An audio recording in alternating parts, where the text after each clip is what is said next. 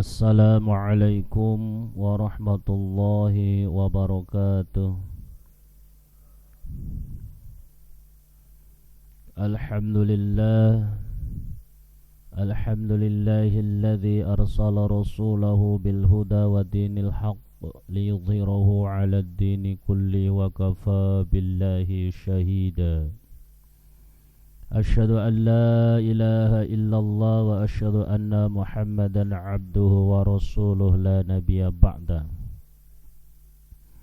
Allahumma salli wa sallim wa barik ala nabiyyina wa habibina wa maulana Muhammadin wa ala alihi wa sahbihi ajma'in. Allahumma nawwir qulubana binuri hidayatika kama nawwartal ard binuri syamsika abadan abada birahmatika ya arhamar rahimin, amma ba'd.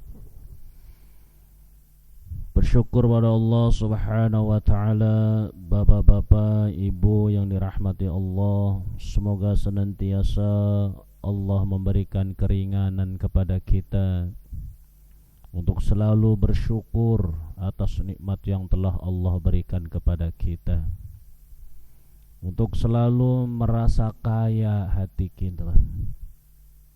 Ketika hati minta kaya, kalau harta minta cukup. Hati yang kaya adalah hati yang bisa menerima segala ketetapan Allah tanpa harus berkeluh kesah atau menyalahkan Allah subhanahu wa ta'ala. Hati yang kaya adalah yang menjadikan jiwanya sehat karena menerima apa adanya. Dan orang yang kaya adalah laisal ghina kathratil mal lakinna ghina ghinan nafs. Hakikat kaya adalah kaya hati, bukan jumlah materi. Bersyukur pada Allah subhanahu wa ta'ala yang telah memberikan kita kesehatan jasmani dan rohani sehingga kita bisa beribadah dengan baik. Ada saudara-saudara kita rohaninya tidak sehat, tidak bisa beribadah. Di pinggir jalan ketawa sendiri, di pinggir-pinggir kali ngomong ketawa sendiri, rohaninya enggak sehat. Bisa ibadah, Pak? Enggak bisa, karena rohaninya tidak sehat. Cekikikan sendiri, ngomong sendiri, enggak sehat. Enggak bisa beribadah kepada Allah dengan baik. Bersyukur kita rohaninya sehat sehingga bisa beribadah sebagai ungkapan rasa syukur atas nikmat yang telah Allah berikan kepada kita. Ada juga saudara-saudara kita yang kesadarannya hilang separuh, terbaring di rumah sakit, semuanya penuh alat-alat ini. Gak sadar, separuh sadar, separuh tidak sadar. Gak bisa juga beribadah kepada Allah karena raganya sakit. Jiwanya sehat, ingin ibadah, tapi tangannya gak bisa diangkat, kepalanya gak bisa diangkat, badannya gak bisa bangun. Kesadarannya separuh, gak ada karena raganya sakit. Bersyukur pada Allah kita sehat jasmani dan rohani. Semoga Allah memberikan kesehatan kepada kita untuk selalu beribadah. Allahumma tawwil umurana manfa'atan wa hidmatan fid dinika wad dunyaka wal akhirah. Ya Allah, panjangkan umur kami untuk bisa mengabdi kepadamu, untuk bisa merengkuh kebaikan baik dunia maupun akhirat. Yang kedua, salawat dan salam tak lupa senantiasa kita sampaikan kepada uswah kita Rasulullah sallallahu alaihi wasallam. Semoga Allah subhanahu wa ta'ala menakdirkan kita menjadi umat Rasulullah sallallahu alaihi wasallam yang mendapatkan syafaatul uzma dari Rasulullah. Ketika amal ibadah kita tidak bisa berhujah di hadapan Allah, amal kita tidak bisa sebagai garansi untuk menyelamatkan diri kita ketika hendak disidang di hadapan Allah, maka syafaat Rasulullah atas izin Allah. Semoga kita semua diselamatkan oleh Allah melalui syafaat Rasulullah sallallahu alaihi wasallam. Jamaah rahmat Allah subhanahu wa ta'ala, masih tentang sunnah qauliyah atau perintah himbauan Rasulullah sallallahu alaihi wasallam yang berkaitan dengan kehidupan kita sehari-hari. Namun perlu diketahui, bersyukur pada Allah, pada hari ini kita masuk pada bulan Sya'ban. Sudah Sya'ban ya? Sya'ban ya. Semoga Allah mengantarkan kita masuk pada bulan Ramadan. Bulan Sya'ban itu termasuk bulan Muharram. Jadi arba'u hurum, ada 4 bulan yang dimuliakan, yaitu Rajab, Sya'ban, Ramadan. 4 bulan di Quran yang dimuliakan. Bulan mulia, tapi ada yang lebih mulia. Ini dalam Islam. Kalau kita tukang mancing itu ada spot Pak ya. Ada suka mancing nih Pak? Enggak. Spot itu tempat-tempat yang banyak ikannya itu loh. Spot-spot tempat yang banyak. Kalau pemancing itu paham tempat-tempat yang ikannya gede-gede, posisinya di mana, ciri-cirinya kayak apa, paham tukang mancing Pak. Spot namanya. Maka dalam beribadah pun ada spot. Artinya di dalam ibadah itu ada waktu yang terbaik. Semua waktu baik, tapi ada yang terbaik. Bapak berdoa jam 8 malam bagus, tapi 1/4 malam, 3:30 menjelang subuh itu lebih bagus. Tingkat keikhlasannya tatkala saudara-saudara kita pada tidur, kita bangun munajat kepada Allah, itu terbaik.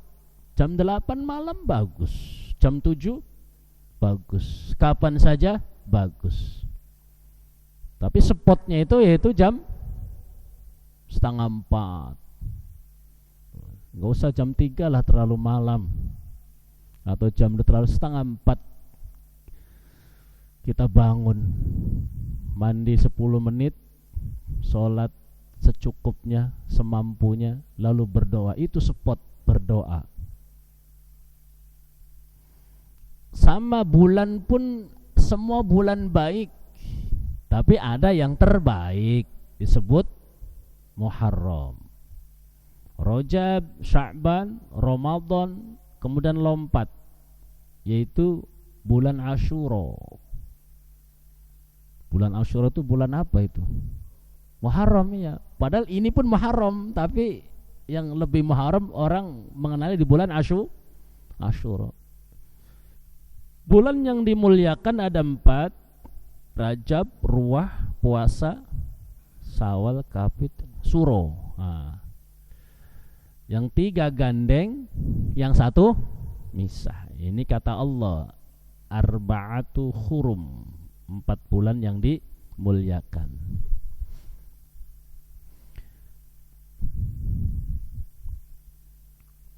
Kemudian hari pun semuanya baik untuk beribadah. Ada spotnya hari juga, hari yang terbaik. Namanya hari Jumat, disebut Sayyidul Ayyam, hari yang terbaik. Kemudian orang berdoa pun kondisional. Orang yang berdoa dan perut kosong lebih baik daripada perut kenyang. Maka orang-orang alim saleh itu perutnya sering kosong. Termasuk dukun santet Pak, pengabdi setan itu, kalau pengen nyantetnya manjur, dia sering puasa. Tuh, itu dukun santet yang musyrik kepada Allah Subhanahu, yang menjadi pengabdi setan, banyak puasa mereka, agar ketika memanggil setan, setannya cepat datang. Karena setan senang juga melihat orang dalam kondisi lapar. Sering puasa Pak, dukun santet itu. Coba tanya aja Bapak kalau kenal. Iya, sering tirakat.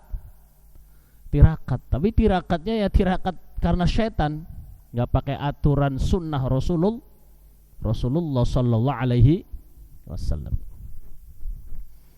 Maka ada amalan orang tua kita, ada ketika di bulan Rajab, Sya'ban, Ramadan puasa ya.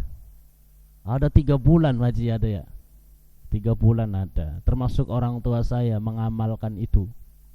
Kalau udah bulan Rajab, bablas sampai 6 hari habis lebaran. Tuh. 3 bulan 6 hari. Kan ini spot. Termasuk di bulan Muharram itu sendiri, yaitu pada tanggal 10 bulan Asyura, itu pun bersepotnya di situ. Termasuk ada tempat, semua tempat ibadah baik, tapi ada tempat yang lebih baik. Ini sholat di Nurul Ikhwan ini kalah nilainya dibandingkan sholat di Masjidil Haram. Selisihnya hampir 999. Kalau sholat di sini dapat 1 kebaikannya, kalau di sana 1000.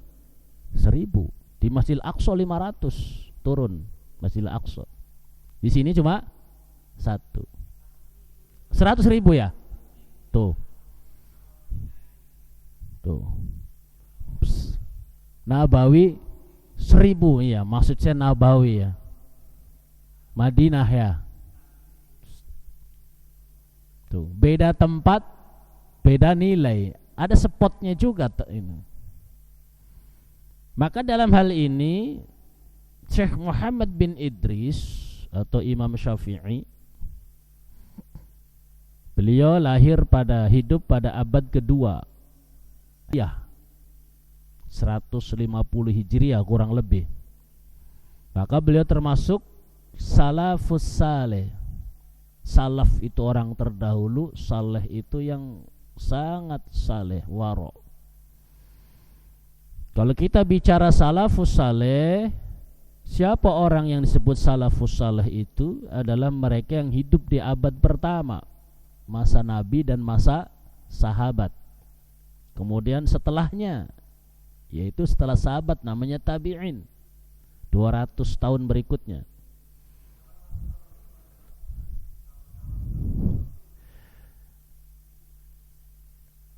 Namanya mencari masa itu kan perlu promosi Pak. Perlu promosi. Nanti kalau sudah nggak laku sunnah nanti. Iya, ya terserah aja, hak saudara kita, boleh saja. Agar tertarik, boleh saja. Kemudian setelahnya tabi'in, yaitu tabi'ut tabi'in, juga orang yang hidup di abad ketiga disebut salafus saleh. Tapi kalau ada orang hidup di abad keempat, kelima, apalagi tahun 2000 mengatakan salafus saleh, bohong. Nah, itu ulama mutaakhirin, namanya kholaf. Kholaf itu orang di akhir zaman seperti kita. Yang namanya salafus saleh itu abad pertama, kedua, ketiga Hijriah. Tuh. Masa Rasul, masa sahabat, tabi'in, tabi'ut tabi'in. Itu disebut salafus saleh.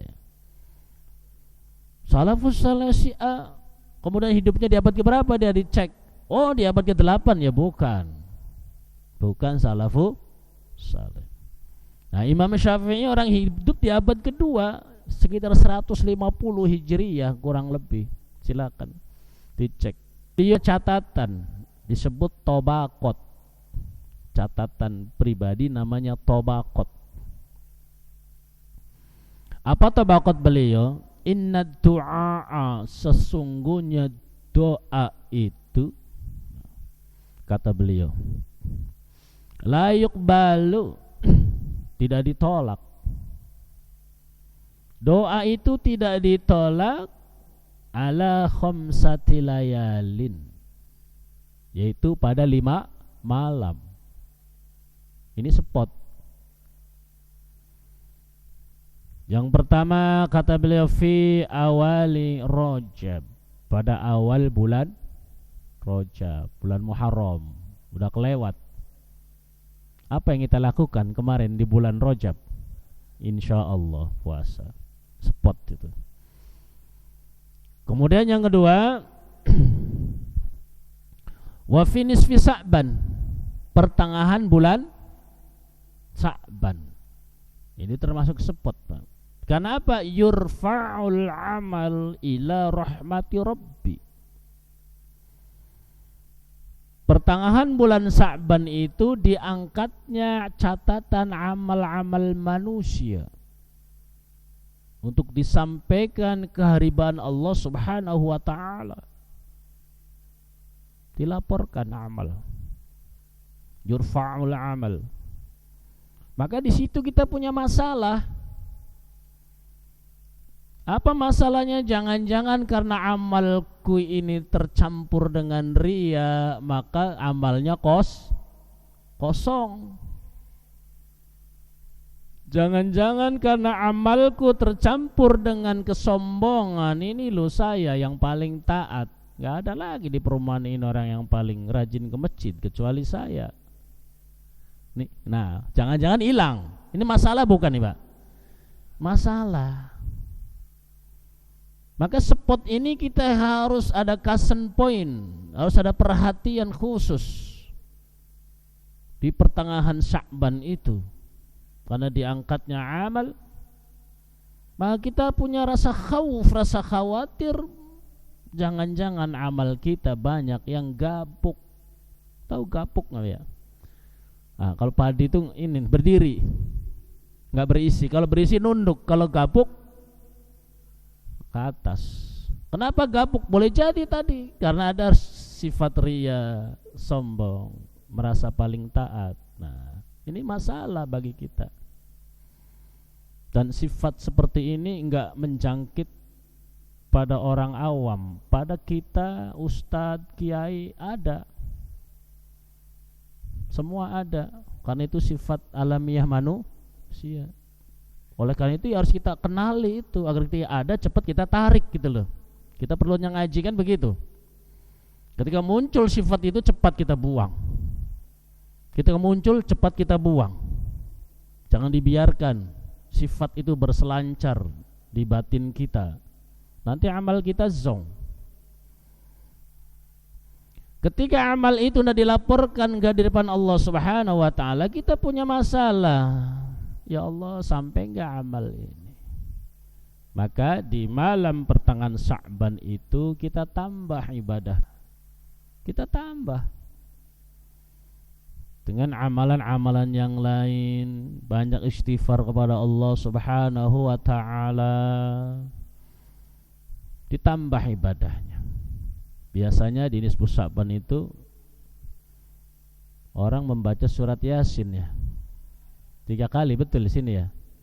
Kenapa Yasin? Inda amrin asirin yasarahullah. Tidaklah dibaca surat Yasin ketika kita punya urusan kecuali Allah mudahkan urusan kita. Kita punya urusan ini agar amal kita tidak zong ketika dilaporkan kehariban Allah. Mana kita dorong dengan membaca surat Yasin, harapannya adalah Allah mudahkan semua urusan kita. Semoga amal kita walaupun kecil ya Allah ada tulisannya. Walaupun amal kita tercampur riya sedikit ya Allah, mudah-mudahan minta dibersihkan, minta diloloskan gitu loh. Walaupun reject tapi minta. Ini udah reject ini, aturan afkir tapi enggak, udah masuk udahlah. Kasihan. Kalau di rejectin ntar, ya reject semua ntar gimana? Udah masuk aja tuh. Makanya di nisfu Sya'ban itu didorong tuh. Dengan membaca suratul Yasin, minta diterima amal ibadahnya, minta dipanjangkan umurnya, minta diberikan keberkahan rizkinya untuk taat, untuk beribadah kepada Allah. Rizki itu masalah nggak bagi kita, Pak? Masalah, hampir semua orang masalah di rizki. Orang cerai gara-gara ekonomi. Keluarga berantakan banyak gara-gara ekonomi.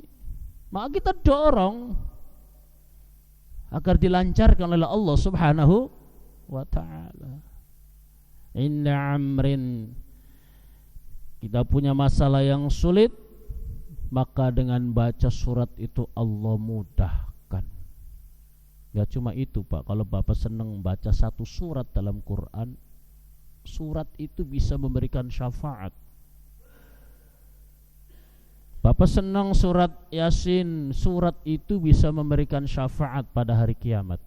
Bapak senang surat Al-Baqarah, surat itu bisa memberikan syafaat. Yang gak bisa memberikan syafaat cuma surat cerai doang sama surat tanah. Surat cerai lagi. Kalau surat Yasin insya, surat Waqiah, sifat surat Al-Muluk, surat Al-Ikhlas, silahkan. Kita punya makanan favorit, punya baju favorit, punya acara TV favorit, punya sendal favorit, punya makanan, ada juga punya surat favorit. Silakan, surat favoritnya apa? Apa surat Yasin, apa surat An-Nas, Al-Falaq, silahkan. Selalu dibaca setiap saat. Jamaah rahmat Allah Subhanahu wa ta'ala, semoga dengan dibacakan surat Yasin itu urusan kita dilancarkan oleh Allah. Catatan kita walaupun reject masuk, udah masuk dah, maafkan. Dan kita kalau suruh ori itu susah. Pasti amal kita ada rejectnya. Kemudian malam berikutnya fi lailatil jum'ah, pada malam Jumat, silahkan ditambah amalannya. Seperti kita makan, ya Allah, hari Senin makan tumis kangkung, tumis genjer, ikan asin. Hari Selasa makan orek-orek, tahu, tempe. Hari Rabu sambal, sayur asem. Hari Minggu kakap merah. Kakap merah yang gede segini, Pak, dibakar. Ada sayur asemnya, ada itu pete bakar. Ada pete bakarnya, ada jengkolnya, ada lalapnya, lengkap. Bapak kaget, kenapa Mak kok spesial? Iya, ini kan hari Ahad, ayah libur, anak-anak pada libur, kita makan bareng. Hari spesial, makan spesial kakap merah tuh. Bab makan aja ada spesialnya. Masa bab ibadah nggak ada spesial? Malam Senin sama, malam Rabu, ya malam Jumat lah spotnya itu. Kita tambah spesial pakai kakap merah tuh malam Jumat. Silahkan, guru-gurunya didoakan, orang tuanya didoakan, saudara-saudara kaum muslimin semua didoakan semua.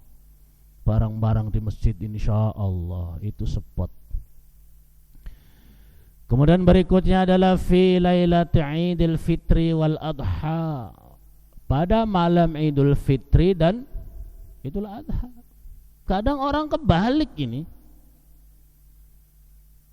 Di Ramadan, malam Ramadan itu full tarawih, sholat malam. Ketika udah malam takbiran malah lalai kepada Allah. Tuh, ada yang pulang kampung, bahkan sholat isya tek udah yang lain lagi. Rata-rata begitu. Padahal itu spot itu, Pak. Waktu yang terbaik untuk beribadah kepada Allah Subhanahu wa ta'ala. Maka sisipkan. Ahya'al lail, menghidupkan waktu malam. Minimal sholat isya berjamaah, sholat maghrib berjamaah, sholat subuh malam tahun baru apa? Idul Adha, Idul Fitri. Tetap sholat malam, cuma bukan taraweh, sholat malam biasa, silakan mau 2 rakaat, mau 3 rakaat, mau 4 rakaat, mau 11, mau 32, sok semampunya. Minimal 2 rakaat 1 witir karena opornya sudah siap. Gitu. Tapi jangan ditinggalkan, jangan sampai lalai. Malam takbiran malah nggak berjamaah. Waktu bulan Ramadan Isya sampai Tara, padahal itu sama nilainya. Tuh, ya Allah. Jamar mata Allah Subhanahu wa taala termasuk pada hari Arafah. Idul Adha malamnya, yaitu termasuk spot kita perbanyak untuk beribadah kepada Allah Subhanahu wa taala. Melanjutkan pada pelajaran yang kemarin tentang seseorang yang ketika diberikan nasihat oleh Rasul untuk makan tangan kanan mengatakan aku enggak bisa. Anna rajulan akala 'inda Rasulillah sallallahu alaihi wasallam, sesungguhnya seorang laki-laki makan di sisi Rasul bisyimalihi, dengan tangan kirinya.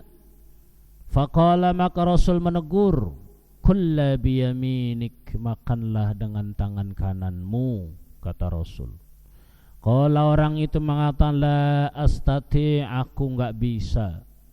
Ditegur sama Rasul untuk makan tangan kanan, ia katakan enggak bisa. Lastata'ta, kata Rasul, selamanya kamu enggak bakalan bisa makan pakai tangan kanan. Ma man'a illal kibr, dia mengatakan tidak bisa karena kesombongannya, menentang anjuran Rasulullah sallallahu alaihi wasallam. Maka fama rafa'aha ila fihi, selamanya orang itu tidak bisa makan dengan tangan kanannya. Makan gak bisa, kiri lagi. Kalau orang sudah makannya dengan tangan kiri, maka tidak ada kebaikan, tidak ada keberkahan. Ketika hidup tidak ada keberkahan, maka tidak ada tambah nilai kebaikannya bagi orang itu. Na'udzubillah. Ini sunnah yang kadang sering dilupakan oleh kita. Sunnah yang kecil-kecil begini kadang kita lupa. Kadang kita suka minum tangan kiri, alasan kotor padahal bisa. Termasuk meludah. Kalau meludah kebalik, meludah sunnahnya sebelah kiri. Kalau bapak pengen meludah silahkan. Anjuran Rasul meludah sebelah kiri, jangan meludah sebelah kanan. Ini kadang sunnah matrukah, sepele tapi banyak dilupakan oleh manusia. Kemudian ketika makan harus diawali dengan nyolek garam. Itu ada hadisnya itu. Ada nggak sekarang Pak? Bapak begitu kalau makan? Tul. Baru. Ada begitu? Enggak ya? Itu sunnah. Maka disebut garam meja itu begitu Pak. Garam meja itu garam di atas meja, fungsinya pembuka sebelum makan. Enggak tahu nih dalam ilmu kesehatan apa fungsinya. Apa? Yaitu dalam kedokteran itu apa? Enggak tahu. Urusannya dengan lambung apa? Tapi Rasul menganjurkan begitu. Iya, mungkin ada urusannya dengan lambung itu. Rasul menganjurkan sebelum makan hendaklah makan garam. Ini pernah bagi kita begitu. Udah hilang ini. Sunnah ini sudah hilang. Termasuk mengkondisikan makan dalam kondisi yang tidak nyaman. Ini juga sunnah yang ditinggalkan. Orang pengen makannya pengen yang asyik, yang tempat duduknya enak, pemandangannya bagus, biar makannya banyak. Kalau ke pinggir laut, pinggir pantai kalau bisa. Nah,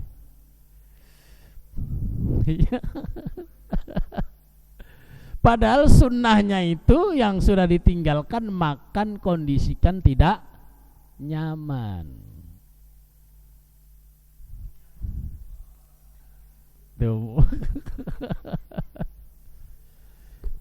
Makan begini duduknya tuh, kan nggak nyaman Pak. Tuh, enak gak makan begini nih? Nggak enak. Sunahnya begini makan. Duduk di atas kaki, kaki satunya, ya nggak nyaman lah. Maka nggak bisa habis banyak ini. Tuh. Kemudian ngunyahnya 33 kali sampai lembut. Coba gimana? Bisa? Nggak bisa, kita lapar kok. Baru 5 kali udah telan. Seret, air, makan lagi. 3 kali kunyah, makan lagi tuh. Maka Habib Lutfi itu kalau makan jangan minum. Habib Lutfi itu menasihatin kepada kita, termasuk saya pernah ijazah ke sono. Kalau makan jangan minum setengah jam. Oh, ya setengah jam minimal, 1 jam boleh bagus. Silakan makan apa saja, mau dendeng, mau sate, bapak mau tengkleng, mau. Ya itu makanya biar makannya nggak, kalau pengen nggak seret, ngunyahnya yang lembut. Agar lembut, enzimnya banyak keluar, jadi lancar tuh. Ya, masalah kita kalau seret kadang 5 kali kunyah sudah ditelan, ini masalahnya. Ya Allah. 33 kali kan kita susah ngitungnya.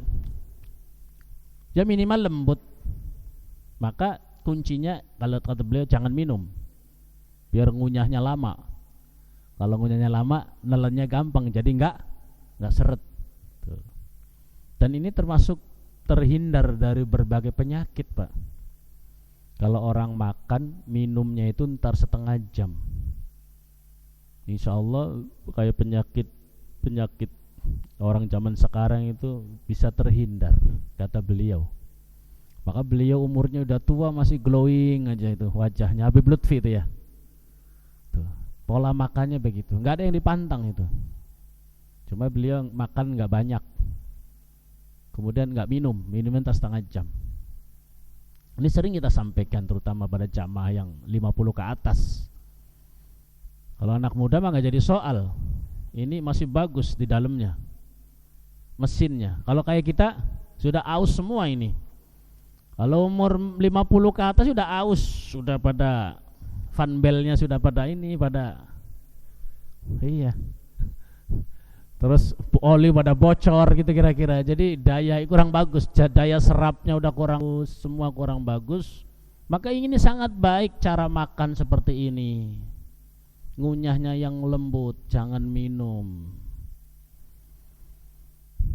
Kondisikan makan dalam kondisi tidak nyaman sehingga nggak banyak. Kalau kita kebalik, biar makannya secepon gitu kan ya. Bagaimana caranya? Biar makannya seanglo habis, biar nikmat, biar makan berkeringat. Kerja nggak berkeringat, makan berkeringat. Padahal beratan kerja, beratan makan ini kira-kira. Kita kalau makan berkeringat, kalau kerja nggak berkeringat. Tuh. Ini termasuk sumber penyakit. Kerjanya di AC, rumahnya di AC, mobilnya di AC, nggak pernah berkeringat. Ketika makan sampai ini masalah sebetulnya Pak. Silakan semua di AC, tapi ada pembakaran di luar makan, bukan dalam kondisi makan. Ada sunnah matruka anjuran Rasulullah SAW, kalau bangun tidur jangan turun dari tempat tidur, digosok. Ini udah hilang nih, udah panas baru tempelin ke mata. Seraya berdoa, inna fi khalqis samawati wal ardi wa ikhtilafil laili wan nahari la ayatin li ulil albab alladzina yadhkuruna Allaha qiyaman wa qu'udan wa 'ala junubihim wa yatafakkaruna fi khalqis samawati wal ardi rabbana ma khalaqta hadza batila subhanaka faqina 'adzabannar. Baru turun tempat tidur. Kita begitu nggak bangun tidur, Pak? Kebelet. Baru kayak digosok. Nah, tempelin seraya mengingat Allah. Barang siapa yang ketika mati sesaat kemudian nggak kebablasan, tidur nggak nggak tidur selamanya, masih bisa bangun, alhamdulillah. Kemudian mengingat Allah Subhanahu wa taala, maka ketika ditidurkan dengan tidur yang panjang tidak bangun lagi, mudah mengingat Allah. Ini janji Allah. Kalau orang ketika bangun tidur itu selalu ingat Allah, nanti ditidurkan kembali, yang nggak bangun-bangun, dimandiin, dikubur, itu akan mudah mengingat Allah. Jadi indikatornya termasuk husnul khotimah itu orang dalam kehidupannya begitu, Pak. Bangun tidur ingatnya Allah. Bukan ingat schedule, bukan ingat kerjaan, bukan ingat anak, bukan ingat istri, bukan ingat ini belum dibayar, belum. Enggak. Tapi ketika bangun yang diingat adalah Allah Subhanahu wa taala. Maka ketika nanti Allah tidurkan kembali orang itu yang enggak bangun lagi, udah innalillahi, akan mudah mengingat Allah Subhanahu wa taala. Bangun tidur ingat apa nih Pak kita? Ingat utang, udah repot itu. Ingat pekerjaan, repot itu. Ingat Allah dulu, usahakan kita ingat Allah. Maka selalu inna fi khalqis samawati wal ard wa ikhtilafil laili wan nahari la ayatil liulil. Sesungguhnya Allah telah menciptakan langit dan bumi dan beralihnya siang dan malam sebagai tanda-tanda kebesaran Allah Subhanahu wa taala. Dan Allah menciptakan semua ini bukan dengan sia-sia. Sebutir pasir yang berhamparan di kiri kanan ini yang Allah ciptakan, ma khalaqta hadza ba, tidaklah itu diciptakan dengan sia-sia. Semua ada manfaatnya, semua ada tujuannya. Ada tengu, ada uget, ada cacing, Allah ciptakan semua ada tujuannya. Tidak sia-sia. Apalagi kita manusia. Masuk kamar mandi, biasanya masuk kamar mandi kaki kiri, orang udah biasa ya kalau ini, udah banyak melakukan. Tapi kalau masuk kamar mandi langsung copot-copot, ini jarang. Kebiasaan begitu. Padahal sebelum melepas pakaian ke kamar mandi diupayakan cuci tangan. Ini juga sunnah matrukah. Sudah ditinggalkan oleh kita. Masuk kamar mandi udah betul, masuk kaki kiri, bismillah, a'udzubillahi khubusi wal wabais, tapi langsung jongkok atau langsung buka celana, pipis. Padahal ada satu amalan sebelum itu, yaitu cuci telapak tangan. Saya pun kadang lupa, untung ngaji terus. Masuk kamar mandi, cuci tangan. Bangun tidur itu, cuci tangan. Baru copot celana, copot. Bapak gitu nggak Pak? Cuci tangan dulu nggak? Enggak tuh kan? Kebelet.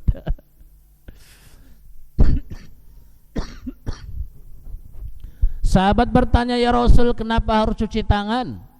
Kata Rasul, cuci tanganmu dulu sebelum kau mandi. Sikat gigi, masuk kamar mandi, cuci tangan, bangun tidur. Karena engkau tidak tahu semalam tanganmu nginep di mana. Kita tahu semalam tangan nginep di mana? Kelayaban, di rawa-rawa di belakang. Ada yang di gunung-gunungan gitu. Bisa ke belakang, bisa ke depan, bisa ke rawa, bisa ke gunung. Tangan kita ini kotor. Ya kita tidur gak berasa. Inilah kehebatan Islam. Sampai bab masuk kamar mandi diatur. Doanya ini, kakinya ini. Sebelum mandi, sebelum gosok gigi, cuci tangan. Tuh, cuci tangan.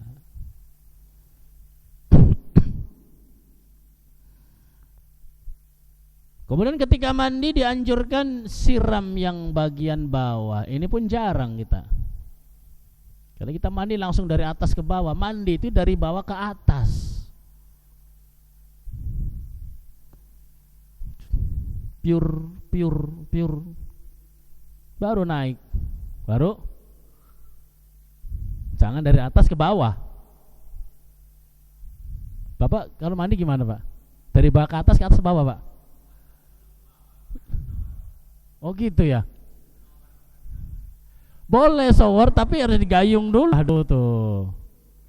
Dari bawah ke atas yang dianjurkan dalam syariat itu dari bawah ke atas. Bukan dari atas ke bawah. Saya nggak tahu ini apa ilmu dokternya kok bisa begitu. Orang mandi kok harus dari bawah ke atas.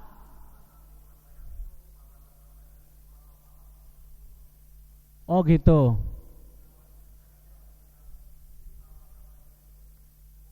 Panasnya. Tapi kalau dari atas nggak bisa keluar panasnya. Silakan.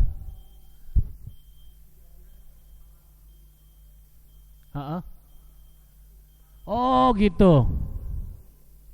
Iya. Karena mungkin panasnya nggak keluar ya. Karena keburu kena itu. Silakan Bapak praktekkan sunah-sunah yang ditinggalkan itu. Colek garam, mandi dari posisi digosok. Ternyata ada manfaatnya. Dan pasti ketika Rasulullah SAW menganjurkan ada manfaatnya. Kul biyaminik, makanlah dengan tangan kanan. Wa mayalik, dan yang terdekat di sisimu. Pasti ada manfaatnya. Makan dengan tangan kanan. Jangan tangan kiri. Jangan makan yang posisinya paling jauh. Kalau lagi perjamuan makan, sampai merangkak ngambil ayamnya di sono sini sambal mulu. Ya cukup kasih isyarat aja, ayam. Dorongin kemari kan gitu. Kita nggak boleh merangkak.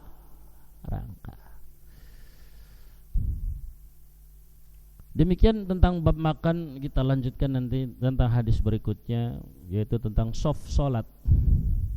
Ada yang ditanyakan Pak? Cukup? Jadi nanti ngunyahnya 33 nih Pak, biar lembut jadi gak usah minum. Kita belajar begitu coba. Lama. Biar gak seret karena minumnya setengah jam, biar gak seret ngunyahnya yang lembut insya Allah. Semoga bermanfaat. Ihdinas siratal mustaqim. Allahumma aftah lana hikmatak wa ansur alaina rahmatak wa anzil alaina barakatik wa alimna min ladunka ilman nafi'a wa alimna min ladunka ilman nafi'a ya dzal jalali wal ikram. Rabbana atina fid dunya hasanah wa fil akhirati hasanah wa qina adzabannar. Alhamdulillahi rabbil alamin. Ihdinas siratal mustaqim. Assalamualaikum warahmatullahi wabarakatuh.